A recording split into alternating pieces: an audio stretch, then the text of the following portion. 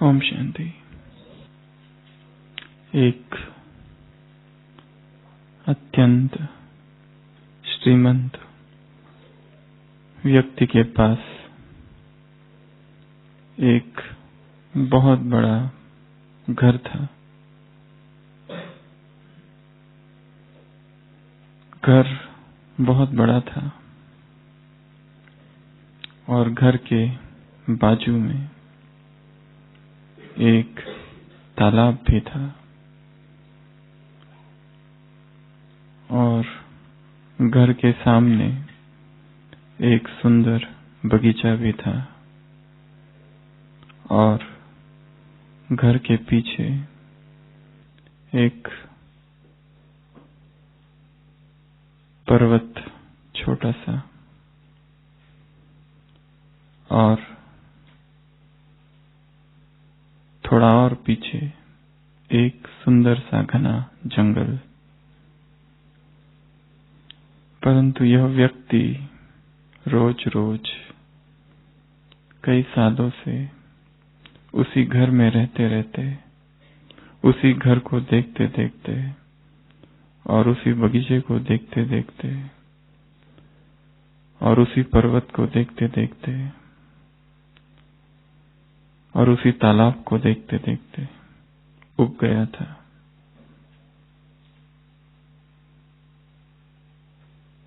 सोच रहा था कि सब कुछ वही वही है, कुछ भी यहाँ पर नया नहीं है। तो उसने सोचा क्यों ना इस घर को बेच दूं और एक अच्छा सा कोई नया सा दूसरा घर ले लूं। तो उसने ऐसे ही एक एजेंट को बुलाया, रियल एस्टेट एजेंट, और उससे कहा कि ये जो घर है जहां मैं रहता हूं ये मुझे बेचना है। तो वो दूसरा व्यक्ति अचंभे में आ गया और वो कहता है आखिर क्यों? वो कहता है कि यहाँ जो भी चीजें हैं, चाहे अंदर या बाहर, ये सब देख देख कर मैं बोर हो गया हूँ। मुझे कुछ तो नया चाहिए, कुछ तो और अधिक सुंदर चाहिए। तो वो एजेंट कहता है कोई बात नहीं, मैं अखबार में इश्तिहार दे दूंगा, एडवर्टाइजमेंट, और तुरंत ये बिक जाएगा। तो दूसरे दिन वो एजेंट अखबार में एडवर्टाइजमेंट करता है और नीचे अपना नाम या तो केवल फोन नंबर लिखता है वहां पर। दूसरे दिन जब यह व्यक्ति जिसका घर था वो अखबार खोलता है और जैसे ही पढ़ता है उसमें उसका नाम नहीं लिखा होता है। वही एडवर्टाइजमेंट पढ़ता है कि ऐसा एक बहुत सुंदर घर है और उस घर के पीछे एक बहुत सुंदर पर्वत है और वहीं पर एक दूर बहुत बड़ा अच्छा घना सा जंगल है और घर के सामने एक तालाब है, एक बहुत ही अच्छा मनहर बगीचा है। घर ऐसा ऐसा बना हुआ है, ऐसे ऐसे मार्बल का वो बना हुआ है। वो सारा वर्णन इतना मोहक होता है कि वो पढ़ते पढ़ते ही ये जो व्यक्ति होता है जिसका वो घर होता है वो सोचता है ये घर मुझे खरीदना है। और वो तुरंत जो नंबर वहां लिखा होता है, फोन नंबर, उसको कॉल करता है और कहता है कि चाहे कितने भी पैसे देने पड़े, ये पहले तुम काम करो कि ये जो घर आज के न्यूज़पेपर में आया है वो मुझे खरीदना है। तो वो एजेंट कहता है ये असंभव है क्योंकि वो आपका ही घर है। वो कहता है क्या मेरा ही घर है? परंतु जिस ढंग से तुमने इसका वर्णन किया है। ऐसा सुंदर घर, ऐसा नैनाभिराम दृश्य, ऐसे सुंदर पर्वत, ऐसा सुंदर बगीचा। ये तो मुझे तब लगा था जब पहली बार इस घर में आया था। पहली बार जब इस घर को देखा था, तब ऐसे उमंग, तब ऐसी एक्साइटमेंट थी। और पता नहीं इतने सालों में वो उमंग, वो उत्साह, वो एक्साइटमेंट कहाँ खो गई। और फिर सब कुछ वही वही वही वही वही वही लगने लगा। पर तुम्हारा ये वर्णन सुनकर फिर से वही उत्साह जाग उठा है।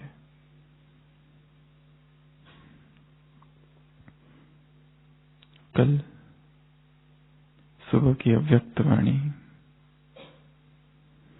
ये ज्ञान भी कैसा हो गया है कभी कभी। वही आत्मा, वही परमात्मा, वही बाप आए हैं, वही तुम्हें घर चलना है, वही तुम्हें आत्मा समझ बाप को याद करना है। सुबह सुबह उठो, बाप से बात करो, वही तुम्हें सेवा करनी है। दिव्य गुण भी धारण करने हैं, तुम्हें लक्ष्मी नारायण भी बनना है। अपने आप को चेक करो, बंदरपन तो नहीं है।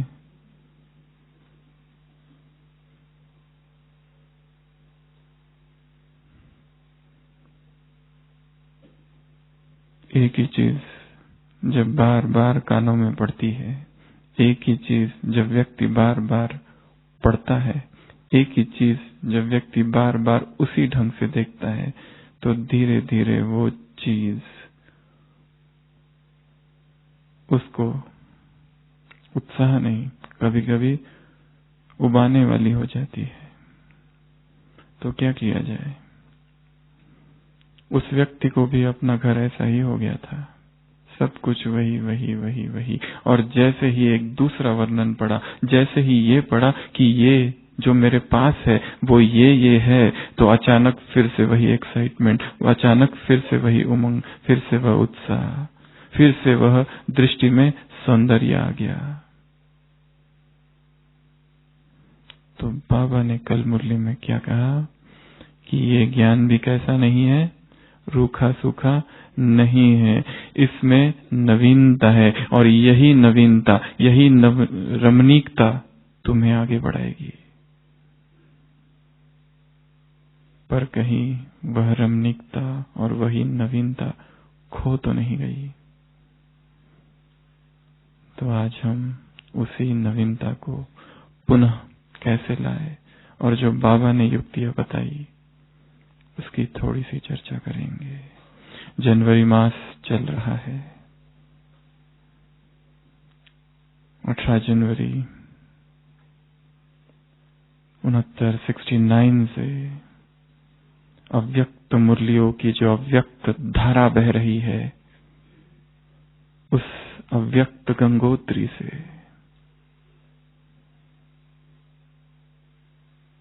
ये एक ऐसी गंगा है। आज सुबह मुरली में कहा था, चाहे उस गंगा में सारी उम्र जाकर बैठ जाओ, तमोगुनी बनना ही है। परंतु ये जो अव्यक्त धारा है, जो बह रही है, अव्यक्त वाणियों की गंगा, अव्यक्त वाणियों का अव्यक्त प्रवाह जो बह रहा है, यदि कोई इसमें खो जाए, यदि कोई इसमें डूब जाए, इस अव्यक्त प्रवाह में, इस अव्यक्त अनहद नाद में, तो जीवन में फिर वह बोर्डम, वह उब, वह निरस्ता, वह विरसता नहीं रहेगी। रस जो खो गया है वो फिर आ जाएगा। ब्राह्मण जीवन जो कभी कभी कहीं कहीं रूखा सूखा सा हो गया है, सब कुछ वही वही करते करते, वही अमृत वेला, और फिर वही मुरली, और फिर वही दिनचर्या, और फिर वही सेवाएं, कहीं ना कहीं वही वही चीजें करते करते व्यक्ति थक जाता है। तो क्या किया जाए जिससे जीवन में नवीनता आ जाए? जिससे जीवन जो कहीं कहीं रसहीन हो गया है, ये जो विरसता आ गई है, इससे हम उभर जाए। उसी की कुछ युक्तियां कल अव्यक्तवाणी में बाबा ने हमें बताई थी। तो मुरली में एक तो टाइटल दिया, एक वरदान दिया और एक आसन। कौन सा टाइटल, कौन सा वरदान और कौन सा आसन? कौन सा टाइटल दिया? मर्यादा पुरुषोत्तम। एक टाइटल, एक वरदान। कौन सा वरदान? जिसे अमृत वेला रिवाइज करना है। स्मृति भव और एक हंस आसन, एक ब्लेसिंग, एक सीट, एक टाइटल। कौन सा आसन? कौन सा आसन? समर्थ स्थिति का आसन। मुरली मर्यादा पुरुषोत्तम बनने पर है। यदि मर्यादा पुरुषोत्तम बन जाओ तो 3 चीजें हो जाएगी। कौन सी? मेहनत से बच जाओगे। तीसरी, पहला मर्यादा पर चलोगे तो पुरुषोत्तम बन जाओगे।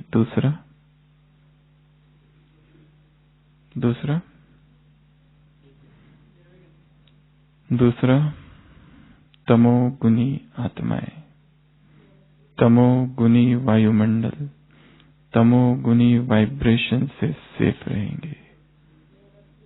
तो आत्माएं भी तमोगुनी है और प्रकृति भी तमोगुनी है। इन तीनों के प्रभाव से सेफ रहेंगे। तो ये 3 फायदे हैं। किसके? मर्यादाओं पर चलने के। मर्यादाओं पर चलते रहो तो क्या हो जाएगा? उस दिन भी बाबा ने अव्यक्त वाणी में नीचे रिकॉर्डेड मुरली जो थी, एक तरफ देखते रहो। 18 जनवरी की मुरली, एक तरफ देखते रहो, दूसरी तरफ तुम्हें देखना ही नहीं है। तभी अवस्था अचल अडोल स्थिर रहेगी। तो मर्यादा पुरुषोत्तम बनना है। उसी मुरली में कुछ मर्यादाओं की बाबा ने चर्चा की है। तो आज की क्लास में हम ऐसी उसी मुरली के आधार से, वैसे मर्यादाएं तो बहुत सारी है, सभी ने पढ़ी हुई है, सभी जानते हैं, पर उस मुरली में जो कल की संडे की मुरली थी, उसकी ऐसी 16 मर्यादाएं जो बाबा ने बताई है, उसकी हम चर्चा करेंगे। इससे पहले कि हम उन मर्यादाओं की चर्चा करें, इन मर्यादाओं की लकीर को यदि कोई उल्लंघन कर दे तो क्या हो जाता है? सीता की कहानी सभी जानते हैं। कहां पहुंच गई? शोक वाटिका में। क्यों? ऐसी वहां पर 7 अवस्थाएं हैं, 7 स्टेजेस सीता के अपहरण की। वो 7 में से यदि 6 हो जाती और 7वीं न होती तो शायद उसका अपहरण न होता। वो जो 7वीं बात है वो इतनी महत्वपूर्ण है। पहला, आकर्षण। मृग को देखा और आकर्षण हुआ।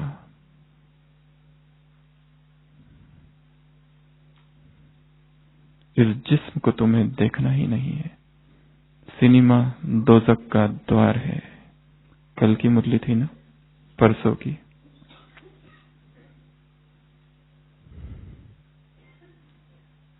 सेवेंटी की एक मुरली है जिसमें बाबा ने कहा है, इस देह को याद करना अर्थात मुर्दे को याद करना, और यदि तुम मुर्दे को याद करते हो तो भविष्य में मुर्दा घाट में काम करना पड़ेगा। आकर्षण। सबसे पहले सीता को क्या हुआ? आकर्षण हुआ। देखा और आकर्षण हुआ। व्यक्ति, वस्तु, पदार्थ, वैभव, पद, संपत्ति, प्रतिष्ठा, मान, सम्मान। मैं भी कुछ हूं, मुझे भी सब जाने। आकर्षण। यहां जाऊं, वहां जाऊं। Wanderlust. ये खाऊं, वो खाऊं।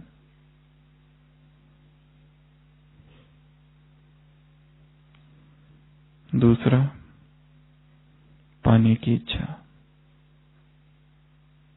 पहले आकर्षण हुआ और फिर पाने की इच्छा हुई। पहला ना होता तो दूसरा ना होता। पहले देखा और आकर्षण हुआ, और जो वस्तु आकर्षित करती है उसे ही व्यक्ति पाना चाहता है, और उसमें यदि कोई बाधा उत्पन्न करे तो क्रोध को जन्म देता है। पाना है, मिलना चाहिए। यदि कोई वो व्यक्ति है तो काम का आवेग जन्म लेगा। यदि वस्तु है तो सांसारिक इच्छाएं तीव्र होगी।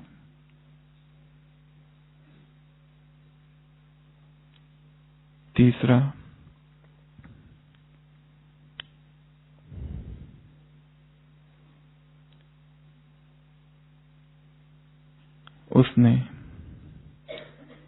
उसे धोखा हुआ।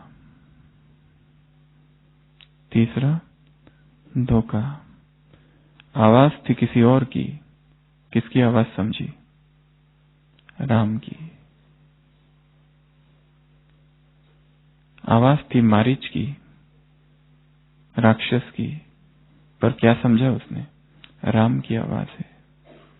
आवाज माया की है, परंतु ब्राह्मण आत्मा क्या समझ लेती है? जैसे बाप बोल रहा है। धोखा होता है।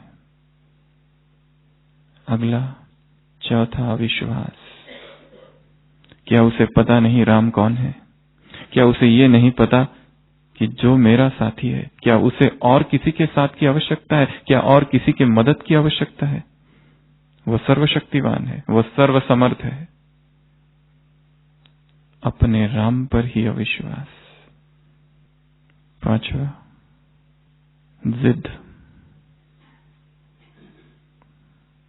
जिद की, जाओ और देखो क्या हुआ है। वो तो मना करता है, पर जिद करती है, जाओ। हट आ जाता है, बाल हट और स्त्री हट। जब हम स्त्री कह रहे हैं, इसका संबंध देह से नहीं है। स्त्रैन और पुरुष स्वभाव है। पुरुष में भी स्त्री है और स्त्री में भी पुरुष। देह की बात नहीं कर रहे, संस्कारों की बात कर रहे हैं। अगला, रावण को न पहचान पाना। क्योंकि रावण किस वेश में आया है? रावण के वेश में नहीं आया है, और रावण कभी भी रावण के वेश में नहीं आता है। और माया कभी भी अपने मस्तक पर यह लिखकर नहीं आती है कि मैं माया हूं। माया महाठगनी हम जानी, अपने रूप बदलती है, बहुरूपी है। यहां तक भी ठीक था कि रावण को न पहचाना। हो सकता था कि राम वापस आ जाए, लक्ष्मण वापस आ जाए। यदि उसने सातवीं बात न की होती तो। कौन सी? लक्ष्मण रेखा का उल्लंघन। छठवें तक भी ठीक था, अपहरण नहीं होता। परंतु जब आत्मा ईश्वरीय श्रीमत, ईश्वरीय मर्यादाएं, कोड्स ऑफ कॉन्डक्ट इनका उल्लंघन कर देती है, इनको ताक पर रख देती है, इनके प्रति अलबेली हो जाती है, इनके प्रति मन में जो भाव था सम्मान का, आदर का, वो कम हो जाता है और सोचती है ये भी चल जाएगा, वो भी चल जाएगा। किसको पता है कौन देख रहा है? तब रावण अपहरण कर ले जाता है। और जब जब आत्मा का अपहरण हुआ है, इन्हीं सातों अवस्थाओं से आत्मा गई है। कहीं ना कहीं आकर्षण हुआ है, कहीं ना कहीं पाने की इच्छा उत्पन्न हुई है, अविश्वास हुआ है, जिद हुआ है, धोखा, परखना नहीं, और फिर लक्ष्मण रेखा पार और सीधा सीधा अशोक वाटिका से शोक वाटिका। इसलिए बाबा कह रहे हैं तुम मर्यादाओं का पालन करो, मर्यादाओं पर चलते रहो तो स्वतः ही सहज ही मर्यादा पुरुषोत्तम बन जाओगे। तुम मर्यादाओं पर चलते रहो, चाहे वातावरण कितना भी तमोप्रधान हो, तमोगुनी हो, प्रकृति अपना कोई भी विकराल रूप दिखाए, तुम सेफ रहोगे। आज सुबह का है, रात को जाग कर बाप को याद करो, मेहनत से छूट जाओगे। ये 3 बातें हैं, तमो गुनी आत्माओं से और प्रकृति से सेफ, पुरुषोत्तम और मेहनत से मुक्ति। तो इस मुरली में बाबा ने कुछ मर्यादाएं बताई है। हम वो मर्यादाओं की चर्चा नहीं करेंगे। अमृत वेला करना है, मुरली पढ़नी है, ट्रैफिक कंट्रोल करना है और ब्रह्मा भोजन खाना है और नुमा शाम का योग करना है। इस मुरली में कुछ सूक्ष्म मर्यादाओं की चर्चा है। ऐसी 16 सूक्ष्म मर्यादाएं। पहली, स्मृति की मर्यादा, अवेयरनेस की मर्यादा। देह का भान टूटता जाए, आज सुबह कहा बाबा ने। उसके लिए याद रखो कि हम इस तन में थोड़े समय के लिए हैं। पहली मर्यादा है स्मृति की मर्यादा, अवेयरनेस की मर्यादा। ये मर्यादा कहती है कि सभी आत्माएं वैरायटी है, वैरायटी सबका पार्ट है।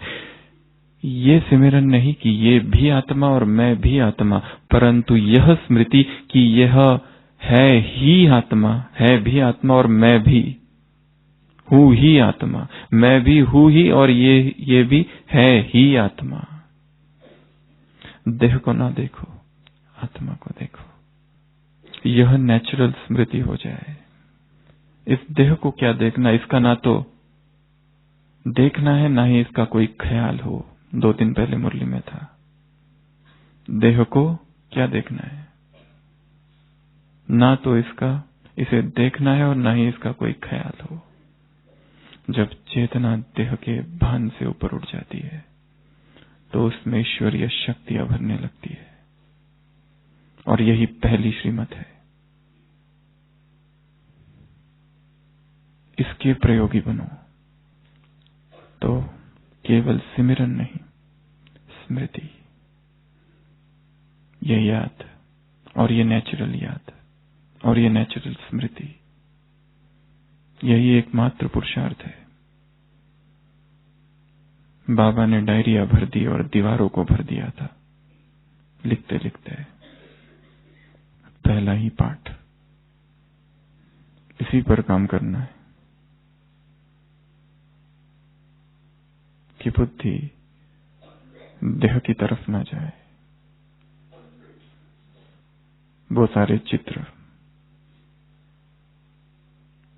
वो सारे सिनेमा, वो सारी किताबें, वो सारे दृश्य, वो सारे पोस्टर, वो सारे फोटो जो देह की याद दिलाते हैं, वो सारी काल्पनिक छवियां, मानसिक छवियां, वो सारी यादें, वो सारी वस्तुएं, वो हर बात जो बुद्धि को देह की ओर नीचे खींचती है, उससे परे जाना है। तो सबसे पहली मर्यादा कौन सी है? स्मृति की मर्यादा। स्वयं को याद दिलाओ, याद किसे करना है। सुबह सुबह उठो और बाप से बातें करो। आज कहा है स्मृति में क्या है? दुख है, दर्द है, पीड़ा है, वेदना है, अतीत है, भविष्य की चिंताएं है। कौन समाया है मेमोरीज में, अवेयरनेस में? सबसे पहली मर्यादा स्मृति की है। कितनी सूक्ष्म मर्यादा है। एक तरफ स्थूल मर्यादा है, एक तरफ सूक्ष्म मर्यादा है। स्थूल का भी उतना ही महत्व जितना सूक्ष्म का। उन अनगार्डेड मोमेंट्स में, अरक्षित क्षणों में हमारे मन में कौन से विचार आते हैं? जब हमें कोई भी नहीं देख रहा, जब एकांत में है, जब अकेले है, कमरे में है, किस तरह के विचार है, किस तरह के भाव है, कौन सी स्मृतियां है? क्या उस समय दुख है, पीड़ा है, आंसू है, कंप्लेंट्स है? 4 प्रकार की मालाएं देखी बाबा ने उस दिन। श्रेष्ठ पुरुषार्थी, जब आप समान बन रहे, पुरुषार्थी समान है, समीप है, प्रेम है, परंतु पुरुषार्थी है।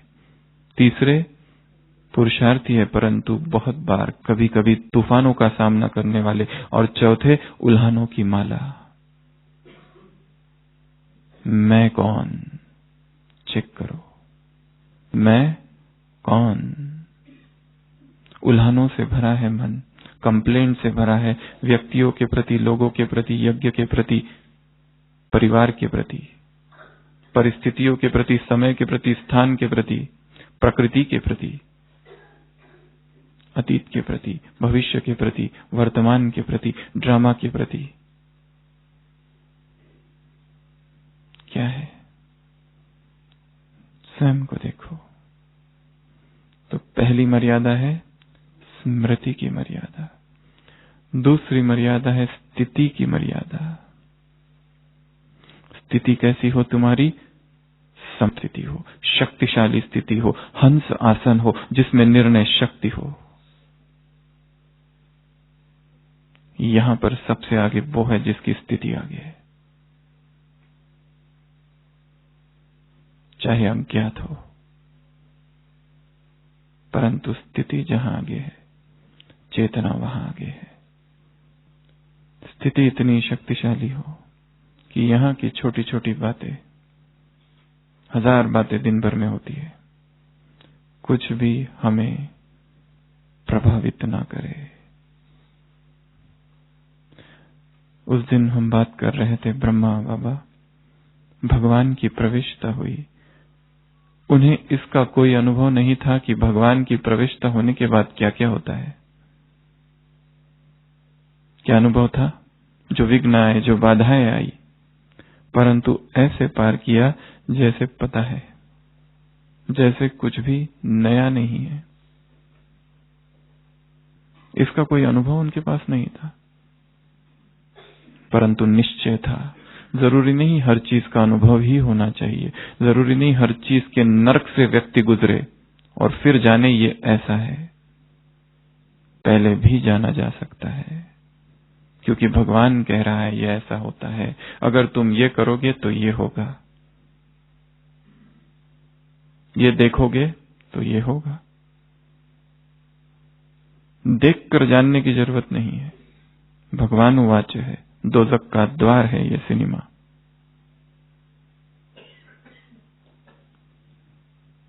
फिर क्यों ब्राह्मण आत्माएं सुनने में आती है?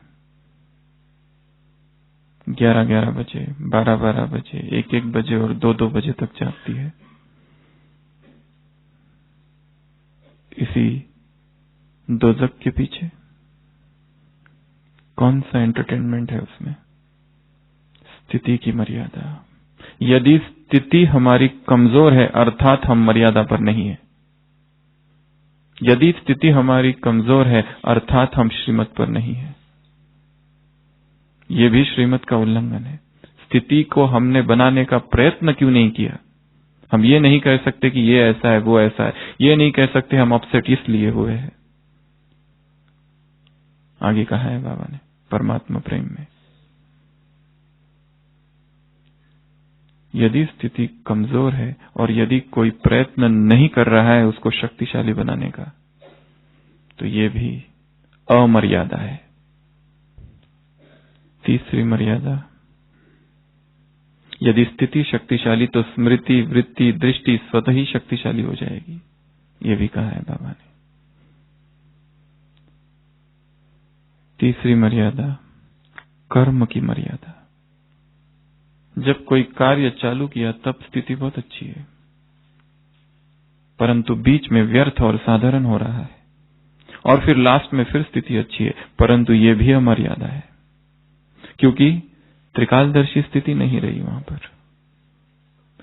कर्मों की मर्यादा है कि हर कर्म को त्रिकालदर्शी स्थिति में स्थित होकर करो। आज सुबह की साकार मुरली, इस दुनिया में त्रिकालदर्शी तुम ब्राह्मणों के अलावा और कोई नहीं है। इस दुनिया में त्रिकालदर्शी तुम ब्राह्मणों के अलावा और कोई भी नहीं है। त्रिकाल का जिनके पास ज्ञान है,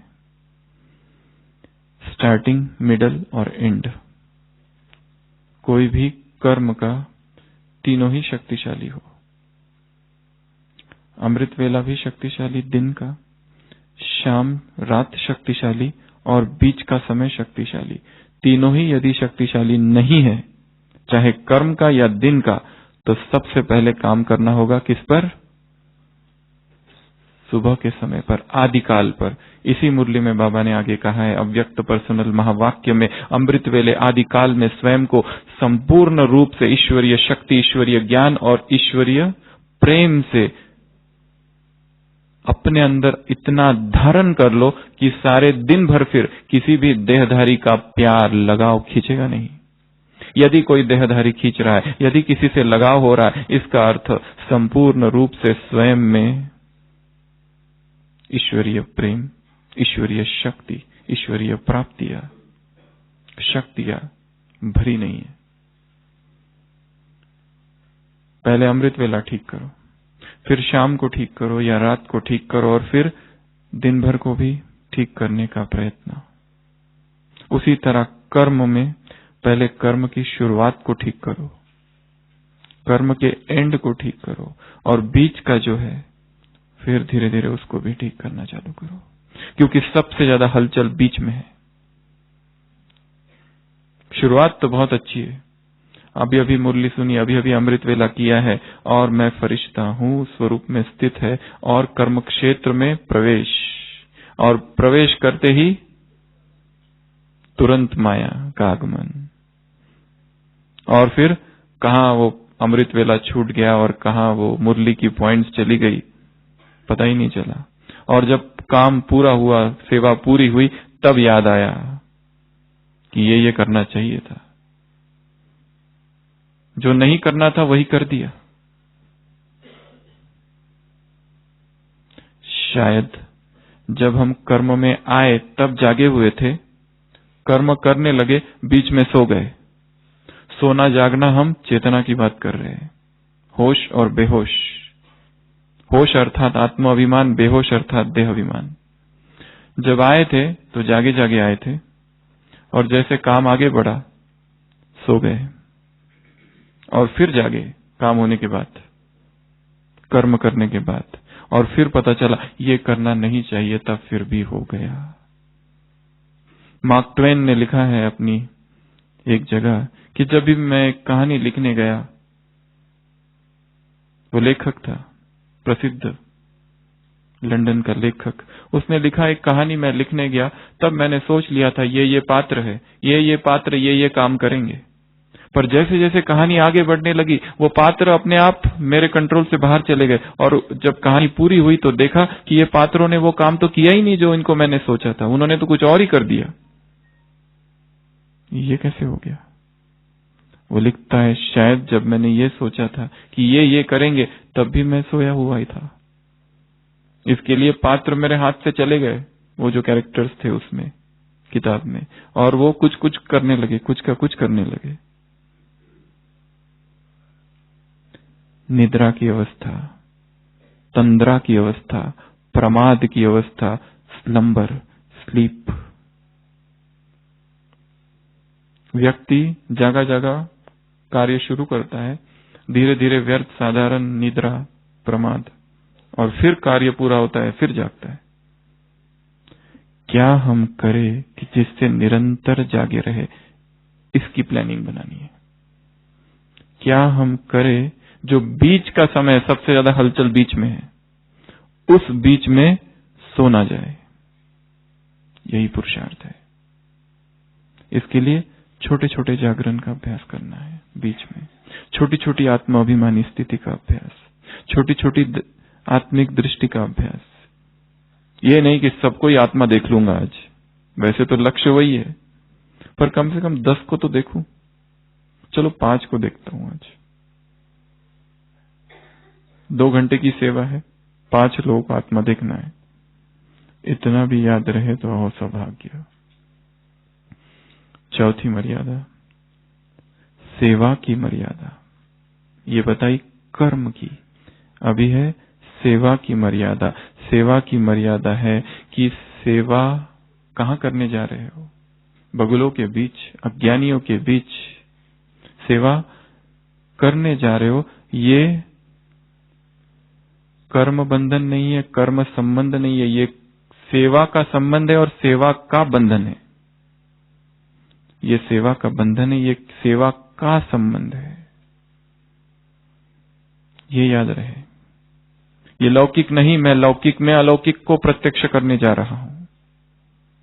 लौकिक स्थान पर नहीं, लौकिक स्थान पर अलौकिक मूर्त बनकर साक्षात्कार कराने जा रहा हूं। चाहे वातावरण लौकिक हो, चाहे स्थान लौकिक हो, चाहे व्यक्ति जिनके बीच में हम जा रहे हैं वो सभी लौकिक है। लौकिक बातें करने वाले, लौकिकता उनमें समाई हुई है, परंतु मैं अलौकिक हूं, अलौकिक मूर्त। तो कहां जा रहा हूं? सेवा का संबंध, सेवा का बंधन, और सेवा करने से पहले सब कुछ अपने अंदर भरना है। क्योंकि मुरली में आगे एक जगह कहा है, एक समय आएगा तब फिर भर नहीं सकेंगे, पहले भरना होगा। परिस्थितियां ऐसी होगी उस समय, पहले ही भरना होगा। जब हम ये पढ़ रहे थे, एक ईसाई संत था कवि, सेंट फ्रांसिस जेवियर। जन्म उसका यूरोप में हुआ था, नास्तिक था लगभग, बहुत सारी सांसारिक इच्छाएं थी। पेरिस की यूनिवर्सिटी में पढ़ने गया। उसका एक मित्र था वहां, इग्नाशियस। वो थोड़ा धार्मिक प्रवृत्ति का था और पादरी था। वो हमेशा इसको कहता रहता था कि तुम भगवान को मानो, पर ये नहीं मानता था। परंतु उसकी एक बात उसे हमेशा याद आती थी, what will it gains to man if he gains the whole world and loses his own soul. मनुष्य को ये क्या फायदा होगा, सारा संसार पाले परंतु अपनी आत्मा को खो दे। तो फ्रांसिस ये बात को हमेशा सोचते रहता था जो इग्नाशियस ने कही थी, और बार बार कहता था। और एक दिन यही वाक्य उसे जागृत कर देता है, और वो भी खुद संन्यास ले लेता है और चर्च में समर्पित हो जाता है।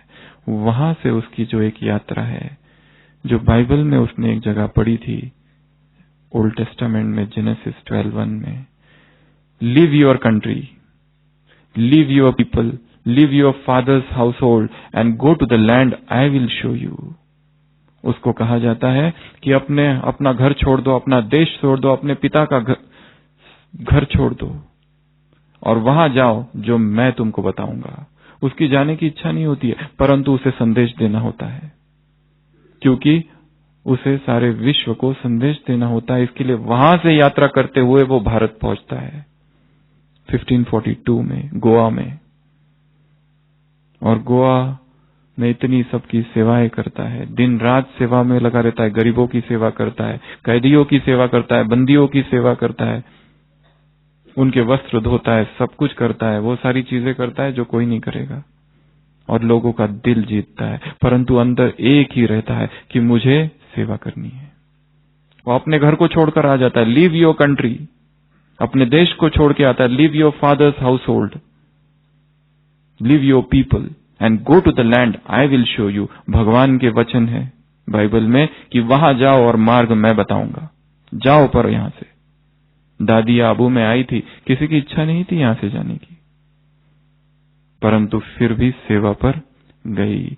यहां बाबा कह रहे बगुलों के बीच जा रहे हो, परंतु ये ना भूलो कहां जा रहे हो। सेवा का संबंध है, सेवा का बंधन है। कर्म भोग चुकतू करने नहीं, सेवा करने जा रहे हो।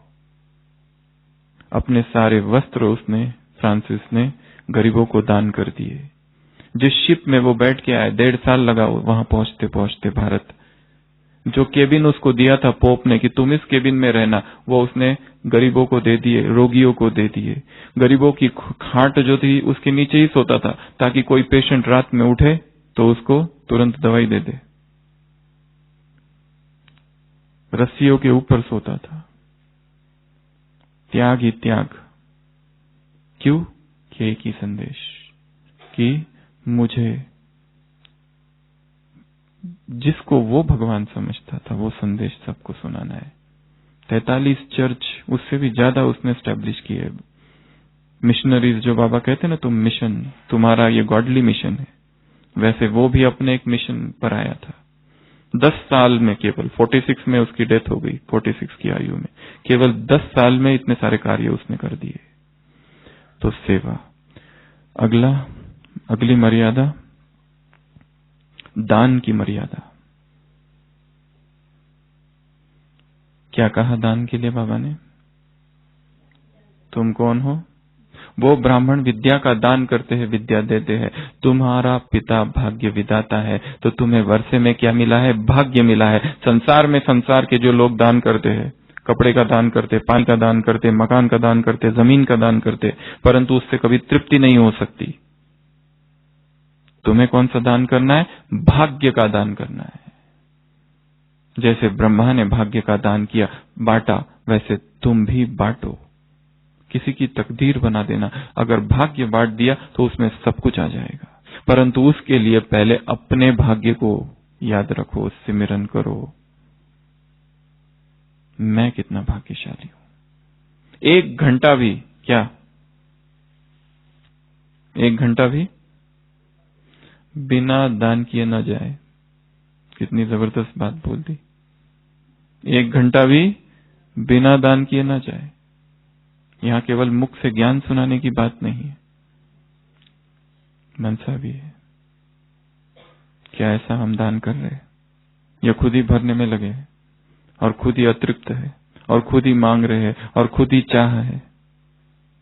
बाबा ने कहा तुमको मिल चुका है, अब तुम दो। ये मर्यादा है। ये यदि हम नहीं कर रहे तो अमर्यादा है। अगली, अनुभव की मर्यादा।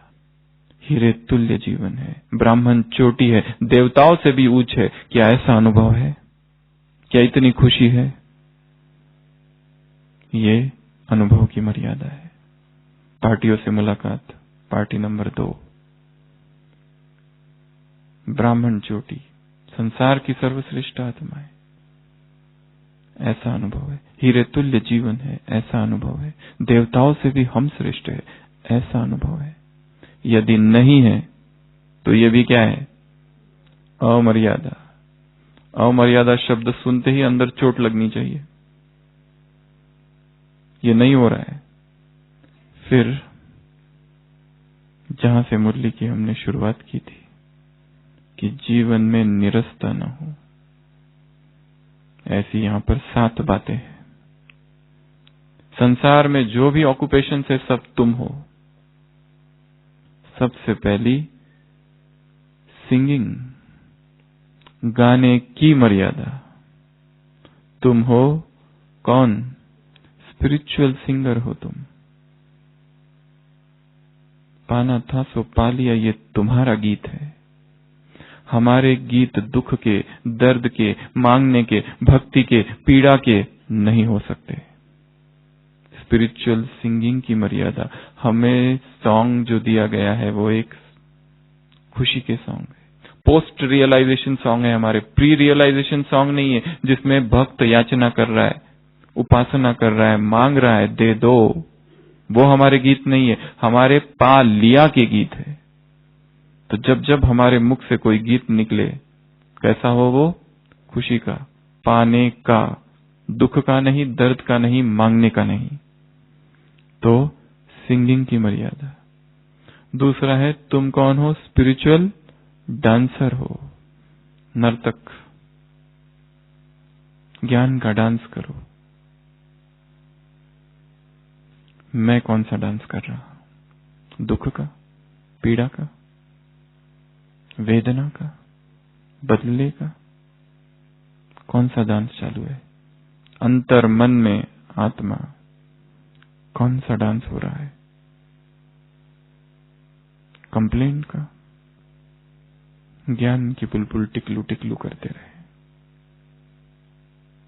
तीसरा, तुम स्पिरिचुअल पेंटर हो, चित्रकार, बुद्धि योग से अपने फरिश्ते स्वरूप का चित्र निकालते हो। मैं जो चित्र निकाल रहा हूं, क्या वो मर्यादा पूर्वक है? यदि फरिश्ता मैं नहीं निकाल रहा हूं, देवता का चित्र नहीं निकाल रहा हूं, कुछ और निकाल रहा हूं, तो ये भी अमर्यादा है। निकालना अर्थात विजुअलाइजेशन करना, सोचना उस बारे में, ये मैं हूं। बाबा कहते तुम ये है, ये हो, हम सोच रहे ये मैं हूं, तो ये भी तो अमर्यादा हुई। मर्यादा ऑफ सिंगिंग, डांसिंग, पेंटिंग। अगला है तुम हो स्पिरिचुअल आर्टिस्ट, मर्यादा आर्ट की। कौन सी कला में दिखा रहा हूं? उड़ती कला है या बहानेबाजी की कला है? कौन सी कला है? ठहरती कला है, रुकती कला है, खाली दौड़ती कला है, खाली चढ़ती कला है, या उतरती कला है, या गिरती कला है, या फिर उड़ती कला है? इन कलाओं में से मेरी कौन सी है? मैं कौन सा आर्टिस्ट हूं? अगला, बिजनेसमैन। तुम स्पिरिचुअल बिजनेसमैन हो। कौन सा बिजनेस मैं कर रहा हूं? तुम स्पिरिचुअल मिल मास्टर हो। कौन सी मिल मैं चला रहा हूं? टेक्सटाइल मिल, पेपर मिल, संसार की मिल है ये। बाबा ने कहा तुम मिल के मालिक हो, ज्ञान की मिल, योग की मिल। तुम माइन के भी मालिक हो, माइन मास्टर हो। क्या सारे खजाने मुझ में भरपूर है जिसका मैं मालिक हूं? यदि नहीं तो ये भी अमर्यादा है। तो ऐसी ये पहले 6 और ये 7, 13 मर्यादा है। 3 मर्यादाएं और है जो हम ट्रैफिक कंट्रोल के बाद सुनेंगे। ट्रैफिक कंट्रोल जो 13 बातें अभी बताई, अपने मन में एक बार उन्हें रिवाइज करना है। पहला स्मृति, दूसरा स्थिति, तीसरा कर्म, चौथा सेवा, पांचवा अनुभव, दान और अनुभव, और फिर स्पिरिचुअल सिंगर हूं, स्पिरिचुअल डांसर हूं, स्पिरिचुअल आर्टिस्ट हूं, स्पिरिचुअल पेंटर हूं, स्पिरिचुअल बिजनेसमैन हूं, स्पिरिचुअल मिल मास्टर हूं, स्पिरिचुअल माइंड मास्टर हूं।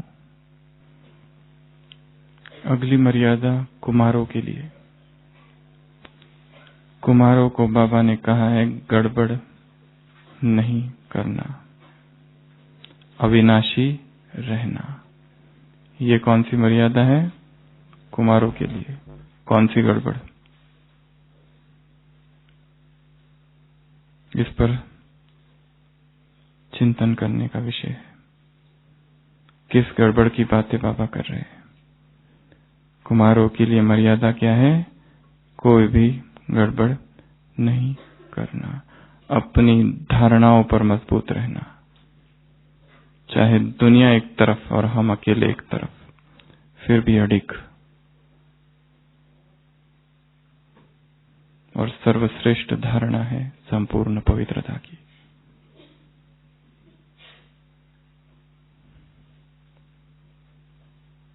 पंद्रहवीं, शक्तियों के लिए मर्यादा है। शक्तियां अर्थात सदैव शिव से कंबाइंड भुजा है। यदि शक्ति शिव से अलग है, यदि शक्ति शिव को छोड़कर कहीं और बुद्धि योग लगाए बैठे हैं, तो ये श्रीमत का उल्लंघन है। इसके लिए वारे मैं, इसको नहीं भूलना। शिव और शक्ति कंबाइंड का गायन है, अपने आप को अलग नहीं कर देना उससे। 16वीं मर्यादा, अंतिम, इसमें बहुत सी बातें।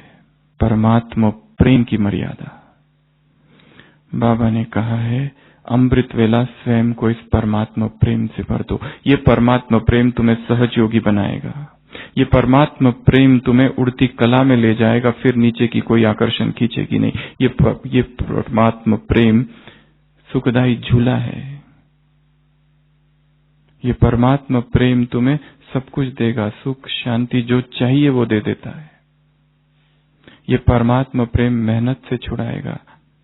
ये परमात्मा प्रेम तुम्हें झलक फलक और वो शक्तियों की किरणें, जिसमें समस्या तुम्हारी तरफ देखना तो क्या, आना तो क्या, आंख उठाकर भी नहीं देखेगी।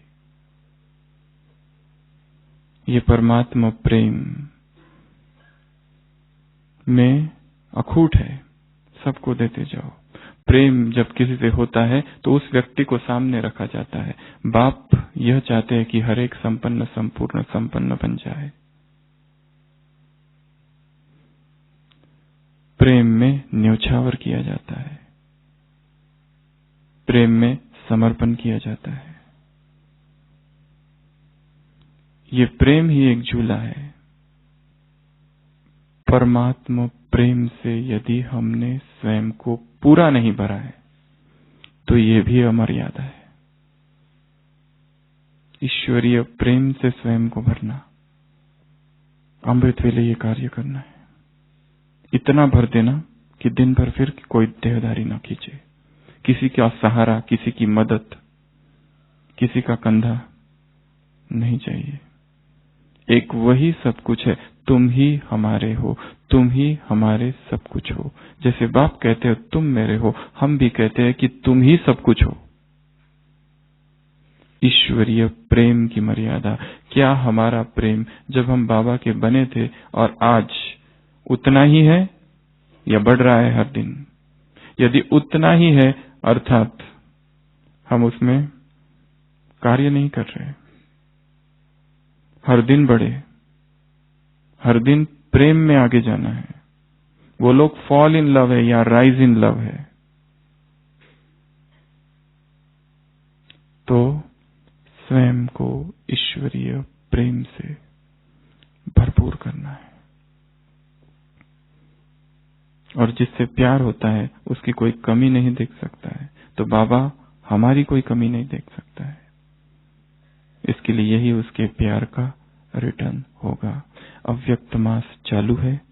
21 दिन का यज्ञ की तरफ से जो होमवर्क मिला था सबने किया ही होगा, और जिसने किया होगा उसको स्वतः ही परमात्मा दुआएं मिल जाएगी। कल जो पूरा हुआ 21 दिन के बाद 23 तारीख को 69 जनवरी में बहुत सुंदर एक मुरली चली थी, अस्थिया स्मृति दिलाएगी स्थिति की। ब्रह्मा की अस्थिया तुम्हें स्मृति दिलाएगी उसकी स्थिति की। स्थिति में रग रग में स्थिति समाई है, अव्यक्त महावाक्य है। तो इस अव्यक्त मास का विशेष महत्व है। यज्ञ की तरफ से जो 21 दिन का होमवर्क जो कल पूरा हुआ, सच्चे दिल से और सच्चे मन से जिसने किया होगा, भविष्य के लिए भी उसका जमा हुआ होगा ही। और जिन्होंने नहीं किया अभी भी कुछ समय बाकी है। अव्यक्त मास चालू है, अव्यक्त गंगा, अव्यक्त धारा अभी भी बह रही है। तो इस मास में आज कितना 7 दिन और बाकी है। 21 दिन अगर नहीं किया तो इस 7 दिन में भी पूरा कर सकते हैं। नहीं किया है तो दूसरा कोई चारा भी नहीं है, अभी करना ही पड़ेगा, क्योंकि वो दिन तो गए। और समय का महत्व होता है। जिस समय बाबा ने जो होमवर्क दिया, यदि कोई उसी समय पूरा करता है तो एक्स्ट्रा मार्क्स मिलेंगे। बाद में करो तो मार्क्स मिलेंगे, पर शायद थोड़े कम। पर जो काम जब दिया गया और यज्ञ की तरफ से आया था, तो क्या होगा? Extra marks. और जिन्होंने नहीं किए, अभी भी 7 दिन बाकी है। वो सारा होमवर्क फिर से निकालो। 1 से लेकर तो 21 दिन तक जो जो पुरुषार्थ था, उसको दिन में सुबह एक पुरुषार्थ, दोपहर को एक पुरुषार्थ और शाम को एक पुरुषार्थ, ऐसे दिन को 3 भागों में विभाजित करो अगले 7 दिन। 9 दिन, चलो 9 दिन तो भी काम होगा, परंतु करना जरूर है ये मास होने के पहले। जो जो उसमें दिया था, कम से कम वो वाक्य हमारे मन में गूंजते रहे। अच्छा, ऐसे व्यर्थ को समाप्त करने वाले, हंस आसन पर बैठने वाले, समर्थ स्थिति में रहने वाले बच्चों को, ऐसे सदा मर्यादा पुरुषोत्तम श्रेष्ठ आत्माओं को, ऐसे सदा आत्मिक स्थिति में स्थित रहने वाली आत्माओं को, ऐसे हर कर्म में त्रिकालदर्शी शक्ति से तीनों कालों में समर्थ रहने वाली आत्माओं को बाप दादा का याद प्यार, गुड नाइट और नमस्ते। हम रूहानी बच्चों की रूहानी बाप दादा को याद प्यार, गुड नाइट और नमस्ते। ओम शांति।